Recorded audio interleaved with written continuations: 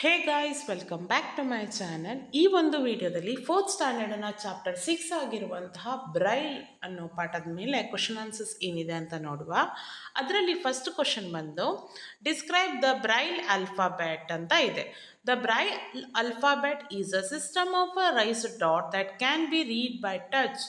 Each letter of the English alphabet has a unique braille symbol made up of a pattern of raised dots.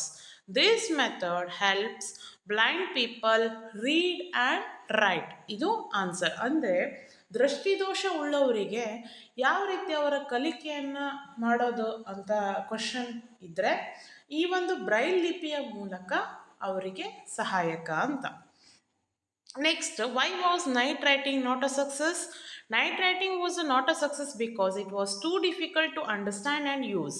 The system of a raised dot and a dashes was complicated, so it was not widely accepted. Next ಏನಿದೆ ನೋಡಿ, what did Louis Braille do to making reading easier for the blind? Louis Braille simplified the system of night writing and created the Braille alphabet. His invention made it easier for blind people to read by using their sense of touch. ಈ ಬ್ರೈಲನ್ನು ಕಂಡುಹಿಡಿದವರು Louis Braille ಅವರು ಯಾವ ರೀತಿಯಾಗಿ ಅದನ್ನು ಕಂಡುಹಿಡಿದಿದ್ದಾರೆ ಅಂತ ಹೇಳಿದ್ದಾರೆ ಇಲ್ಲಿ. Next, you may have seen people with a blindness walking with a white cane. Why is the cane always white coloured? ನಮ್ಮ ಸುತ್ತಮುತ್ತಲೂ ನಡೆಯುವಂತಹ ಘಟನೆಗಳನ್ನು ನಾವು ತೀಕ್ಷ್ಣವಾಗಿ ಅಥವಾ ಸೂಕ್ಷ್ಮವಾಗಿ ಗಮನಿಸುವುದಿಲ್ಲ. ಯಾಕೆ ಅದೇ ಬಣ್ಣ? ರೆಡ್ಡೇ ಯಾಕೆ ಸ್ಟಾಪ್ ಮಾಡಲಿಕ್ಕಿರೋದು ಸಿಗ್ನಲ್? ಹೀಗೆಲ್ಲ ಹಲವಾರು ಪ್ರಶ್ನೆ ನಾವು ಹಾಕ್ಕೊಂಡ್ರೆ ಉತ್ತರಗಳು ತುಂಬ ಪ್ರಾಕ್ಟಿಕಲ್ ಆಗಿ ದೊರೆಯುತ್ತೆ. ಹಾಗಾಗಿ ಇಲ್ಲಿ ಬರುವಂಥ ಕ್ವಶನ್ ಏನಂದರೆ, ಕಣ್ಣು ಕಾಣದೇ ಇರುವಂತಹ ವ್ಯಕ್ತಿ ಅಥವಾ ದೃಷ್ಟಿದೋಷ ಉಳ್ಳಂತಹ ವ್ಯಕ್ತಿ ಯಾಕೆ ಆ ಕೇನ್ ಅಂತ ಇರುತ್ತಲ್ಲ ಅವರಿಗೆ ಸಪೋರ್ಟಿವ್ ಡಿವೈಸ್, ಅದು ಸಪೋರ್ಟಿವ್ ಏಡ್ ಅಂತಲೂ ಹೇಳ್ಬೋದು. ಆ ಕೇನ್ ಯಾಕೆ ವೈಟ್ ಕಲರಲ್ಲಿ ಇರುತ್ತೆ ಅಂತ question. The cane is white so that it can be easily seen by others. It helps people identify that the person using it is blind and they can offer help or be careful around them. It is also a symbol of independence for visually impaired people. ಕೆಲವೊಂದು ಬಣ್ಣಗಳು ನಮ್ಮನ್ನು ಗಮನ ಸೆಳೆಯುತ್ತೆ. ಈ white ಅನ್ನೋದು ತಕ್ಷಣ ಎಲ್ಲಿ ನೋಡಿದ್ರೂ ಕಾಣುತ್ತೆ. ಹಾಗಾಗಿ ಬಾಕಿ ಇದ್ದಂತಹ ಜನರಿಗೆ ಆ ವೈಟ್ ಕೇನ್ ಹಿಡಿದವರು ಏನಂತ, ಬ್ಲೈಂಡ್ ಪೀಪಲ್, ನಾವು ಸ್ವಲ್ಪ ಹುಷಾರಾಗಿರಬೇಕು. ಯಾಕಂದರೆ ಅವ್ರಿಗೆ ಕಣ್ಣು ಕಾಣೋದಿಲ್ಲ, ಏನಾಗ್ತಿದೆ ಅಂತ ಗೊತ್ತಾಗೋದಿಲ್ಲ. ಅದೇ ಅವ್ರ ಸಪೋರ್ಟಿವ್ ಡಿವೈಸ್ ಅಲ್ವಾ. ಹಾಗಾಗಿ imagine that the world becomes dark for a day and there is a no light. ಒಂದು ಸತಿ ನಮ್ಮ ಕಣ್ಣು ಮುಚ್ಚಿದ್ರೇ ಅಯ್ಯೋ ಏನೂ ಕಾಣೋದಿಲ್ಲ ಅನ್ನೋ ಭಾವನೆ ಅವರಿಗೆ. ಅದನ್ನೇ ಇಮ್ಯಾಜಿನ್ ಮಾಡ್ಕೊಳ್ಳಿಕ್ಕೆ ಹೇಳಿದ್ದಾರೆ. What difficulties might one face on a such a day? Without a light, people would face many challenges like not being able to see where they are going, difficulty in reading, cooking, working, and doing daily activities. It would be hard to recognize people, avoid obstacles, and stay safe. These situations help us understand how hard it is for a blind people and why tools like Braille and a white canes are so important. ಕಣ್ಣು ಕಾಣ್ತಿದ್ದವರಿಗೆ ಗುದ್ದು ಹೋಗ್ತಾರೆ ಅಥವಾ ಹೊಂಡದಲ್ಲಿ ಬಿದ್ದುಕೊಳ್ತೀವಿ. Mobile ನೋಡ್ತಾ ನೋಡ್ತಾ ಇನ್ನೇನೋ ಲಕ್ಷದಲ್ಲಿ ಎಲ್ಲೆಲ್ಲೋ ಹೋಗಿ ಬೀಳೋದು, ಈ ಥರ ಎಲ್ಲ ಆಗುತ್ತೆ. ಅದರಲ್ಲೂ ಒಂದಿನ ನಮಗೆ ಕಣ್ಣು ಕಾಣದೆ ಯಾವುದೇ ಬೆಳಕಿರುತ್ತೆ ಇದ್ದಂತಹ ದಿನಗಳನ್ನು ನೋಡ್ಲಿಕ್ಕೆ ಹೋದರೆ ಯಾವ ರೀತಿ ಆಗ್ಬೋದು ಅಂತ ಇಮ್ಯಾಜಿನ್ ಮಾಡ್ಕೊಳ್ಳಿಕ್ಕೆ ಹೇಳಿದ್ದಾರೆ. ನಮ್ಮ ದಿನನಿತ್ಯದ ಒಂದು ಬೆಳಗ್ಗೆ ಎದ್ದೇಳೋದ್ರಿಂದ ಹಿಡಿದು ರಾತ್ರಿ ಮಲಗುವವರೆಗೆ ಎಷ್ಟೆಲ್ಲ ಕಷ್ಟಗಳಾಗ್ತದೆ ಹೇಳಲಿಕ್ಕೆ ಸಾಧ್ಯ ಇಲ್ಲ. ತುಂಬ ಕಷ್ಟಗಳು ನಾವು ಅನುಭವಿಸ್ತೀವಿ ಅಂತ ಇಲ್ಲಿ ಉಂಟು. Next, let us speak. Close your eyes, pick an object, keep the object back. ನಾವು complete the sentence and share them with the class. ಅಂದರೆ ಒಂದು ವಸ್ತುವನ್ನು ನೀವು ತಗೊಂಡು ಆ ಒಂದು ಇಲ್ಲಿ ಜಾಗ ಕೊಟ್ಟಿದ್ದಾರಲ್ವಾ ಅದನ್ನು ನೀವು ಫಿಲ್ ಮಾಡಬೇಕು. ನಾನು ಕೆಲವೊಂದು ವಸ್ತುಗಳನ್ನೇ ಅಂದರೆ ಫಿಲ್ ಮಾಡಿದ್ದೀನಿ ಇಲ್ಲಿ. ನಿಮ್ಗೇನು ಆ್ಯಕ್ಚುಲಿ ಏನಂತ ಕೇಳಿದ್ದಾರೆ ಅಂದರೆ, ಕಣ್ಣು ಮುಚ್ಚಿ ಒಂದು ವಸ್ತುವನ್ನು ತಗೊಳ್ಳಿ, ಮತ್ತು ಅದನ್ನು ಅಲ್ಲೇ ಇಡಿ, ಅಂದರೆ ಬ್ಯಾಕ್, ಆಮೇಲೆ ಈ ಸೆಂಟೆನ್ಸನ್ನು ಪೂರ್ಣ ಮಾಡಿ. ಅಂದರೆ the object in my hand was round shape ಇರ್ಬೋದು, ಸ್ಕ್ವೇರ್ ಶೇಪ್ ಇರ್ಬೋದು, ರೆಕ್ಟ್ಯಾಂಗಲ್ ಶೇಪ್ ಇರ್ಬೋದು. ನಾನಿಲ್ಲಿ ರೌಂಡ್ ಅಂತ ಫಿಲ್ ಮಾಡಿದ್ದೀನಿ. ನೀವು ಸ್ಕ್ವೇರ್ ಶೇಪ್ ಅಂತ ತಗೊಂಡ್ರೆ ಸ್ಕ್ವೇರ್ ಅಂತ ಫಿಲ್ ಮಾಡ್ಬೋದು. The object in my hand was shorter than my 4 finger. The object in my hand was a marble. Marble ಅಂದರೆ ಗೊತ್ತಾಗತ್ತಲ್ಲ, ಗೋಟಿ. Now add 2 more lines to describe the object. It felt smooth and cold to touch. ನಾವು ಈ ಗೋಲಿಯನ್ನು ಮುಟ್ಟಿದಾಗ smooth ಆಗಿರುತ್ತೆ ಮತ್ತು ಏನಾಗುತ್ತೆ, cold. It made a soft sound when I rolled it in my palm. Next ನೋಡಿ, your teacher will read out the words, listen carefully and repeat. ಅಂದರೆ ನಾವು ಈ ಒಂದು ವರ್ಡ್ಸನ್ನು ಹೇಳ್ತೀನಿ ಅಥವಾ ನಿಮ್ಮ ಟೀಚರ್ ಹೇಳ್ತಾರೆ, ಅದನ್ನು ಕೇಳಿ ರಿಪೀಟ್ ಮಾಡಬೇಕಂತ. Spoon, splinter, spin, splash, speak, split, space, splendid. Okay, next write these words using the Braille alphabet. You can paste up in these. One is done for you. Braille alphabets ಅಂತ ಇರುತ್ತೆ. For example ಇಲ್ಲಿ ನೋಡಿ, cat ಯಾವ ರೀತಿ ಆಗಿ ಅಂತ ಆನ್ಸರಲ್ಲಿ ಕೊಟ್ಟಿದ್ದೀನಿ ನೋಡಿ. ನೆಕ್ಸ್ಟ್ ಮೆನ್ ಯಾವ ರೀತಿ ಆಗಿದೆ ಅಂತ ಇಲ್ಲಿದೆ ಆನ್ಸರ್. ಎಮ್ ಅಂದರೆ ಈ ರೀತಿ, ಎ ಅಂದರೆ ಬ್ರೈಲ್ ಅವರ ಭಾಷೆ, ಅಂದರೆ ಭಾಷೆ ಅಂತ ಹೇಳಲಿಕ್ಕಾಗಲ್ಲ, ಸಾರಿ, ಅವರು ತಿಳ್ಕೊಳ್ಳಿಕ್ಕೆ ಇರುವಂತಹದ್ದು, ಕಲಿಕೆ ಮುಂದುವರಿಲಿಕ್ಕೆ. ಓಕೆ, ನೆಕ್ಸ್ಟ್ ಬಾಯ್ ಈ ರೀತಿಯಾಗಿದೆ, ನೋಟ್ ಮಾಡಿ. ಓಕೆ, ನೆಕ್ಸ್ಟ್ ಜಗ್ ಈ ರೀತಿಯಾಗಿದೆ, ನೋಟ್ ಮಾಡಿ.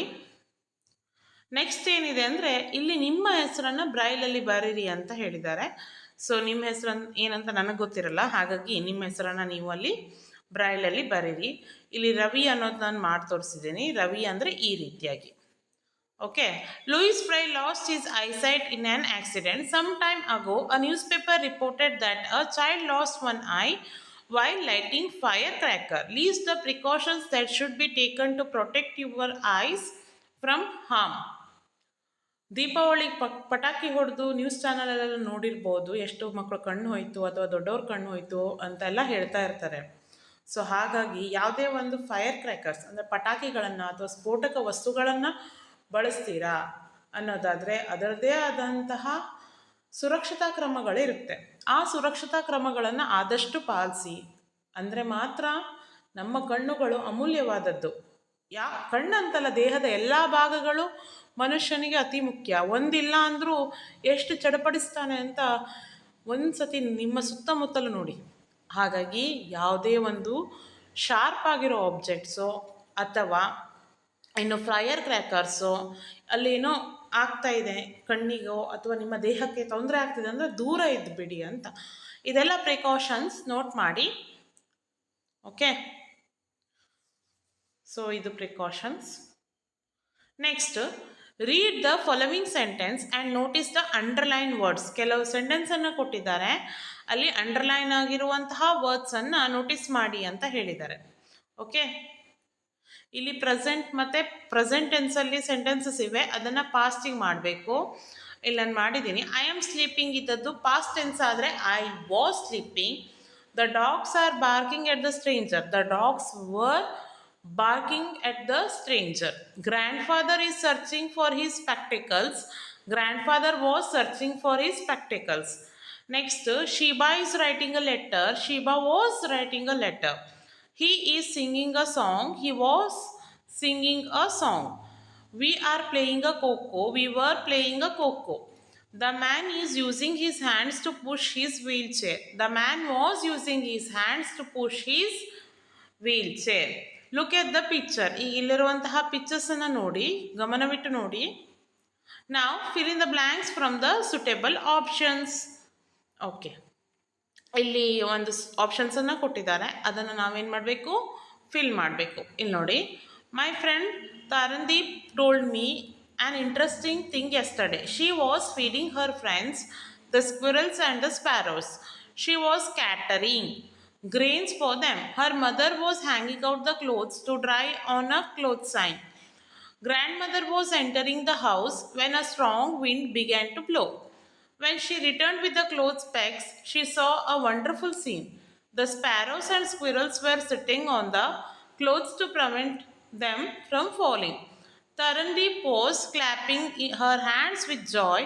Grandmother put the pegs on the clothes and Tarandeep set down a bowl of water for her friends. So ಇದು ಆನ್ಸರ್. ನೆಕ್ಸ್ಟ್ ಇಲ್ಲಿ ಕ್ವಶನ್ ನಂಬರ್ 1 ಇದೆ. ಏನಂದರೆ take a piece of paper with the help of match stick or the back of a pencil, press hard on the paper, draw a circle, a plus sign or a letter alphabet. Now close your eye, turn the page over and run your finger to raise the surface on the paper. Can you make out the shape or outline is? Now try the same activity with your friend. So ಇದೊಂದು activity ಇರೋದ್ರಿಂದ ನೀವು ಪೇಪರನ್ನು use ಮಾಡೋದು ನಿಮಗೇನು ಅನಿಸುತ್ತೆ ಅದನ್ನು ನೀವು ಇಲ್ಲಿ execute ಮಾಡೋದ್ರಿಂದ ಡೂ ಇಟ್ ಯುವರ್ ಸೆಲ್ಫ್ ಅಂತ ಹಾಕಿದ್ದೀನಿ. ಅದನ್ನು ಟ್ರೈ ಮಾಡಿ ನೋಡಿ. There are some children with low vision.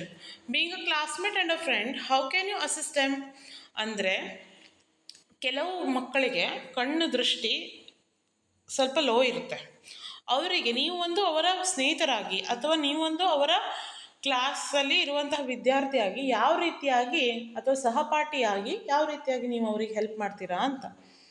Large print materials ತಂದು ಕೊಡ್ಬೋದು, ಮತ್ತು ಫಸ್ಟ್ ಬೆಂಚನ್ನು ಬಿಟ್ಕೊಡೋದಾಗಿರ್ಬೋದು. ಹೌದಾ, ಇಲ್ಲಿ ಲೀಸ್ಟ್ ಮಾಡಿಕೊಟ್ಟಿದ್ದೇನೆ ನೋಡಿ, ನೋಟ್ ಮಾಡಿ. ಓಕೆ, ನೆಕ್ಸ್ಟ್ ಏನಿದೆ ಅಂದರೆ find out about the nearest resource centre for people with blindness. ಅಂದರೆ ನಿಮ್ಮ ನಿಯರ್ ಇರುವಂತಹ ರಿಸೋರ್ಸ್ ಸೆಂಟರ್ ಅಂತ ಬ್ಲೈಂಡ್ನೆಸ್ಸಿಗೆ ಇರುತ್ತೆ, ಅದನ್ನು ಫೈಂಡ್ ಮಾಡಿ ಅಂತ ಹೇಳಿದ್ದಾರೆ. ಇಂಡಿಯಾದಲ್ಲಿ ಯಾವ್ಯಾವುದಿದೆ ಅಂದರೆ national association for a blind, national institute for the empowerment of persons with visual disability, ಡೆಹ್ರಾಡೂನಲ್ಲಿದೆ ಇದು. All India confederation of the blind. These centers help people who cannot see by teaching them special skills and providing learning materials. Okay, so ಇದು ಈ ಒಂದು ಪಾಠದ answer. I hope ನಿಮ್ಗೆ answers ಎಲ್ಲ ಅರ್ಥ ಆಯಿತು ಅಂತ ಅನ್ಕೊತೀನಿ.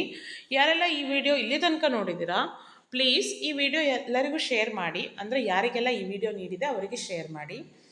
ಹಾಗೂ ನನ್ನ ಚಾನಲ್ಗೆ ಸಬ್ಸ್ಕ್ರೈಬ್ ಮಾಡಿ. ಆದಷ್ಟು ನಾನು ವೀಡಿಯೋಸನ್ನು ಅಪ್ಲೋಡ್ ಮಾಡಲಿಕ್ಕೆ ಟ್ರೈ ಮಾಡ್ತಾ ಇದ್ದೀನಿ. ಮತ್ತು ನಿಮ್ಗೆ ಯಾವ ವೀಡಿಯೋಸ್ ಬೇಕೋ ಅದನ್ನು ಪ್ಲೀಸ್ ಕಮೆಂಟ್ ಮಾಡಿ, ನಾನು ಅದನ್ನು ಓದಿ ನೆಕ್ಸ್ಟ್ ಆ ವಿಡಿಯೋನ ಪ್ರಿಪೇರ್ ಮಾಡ್ತೀನಿ.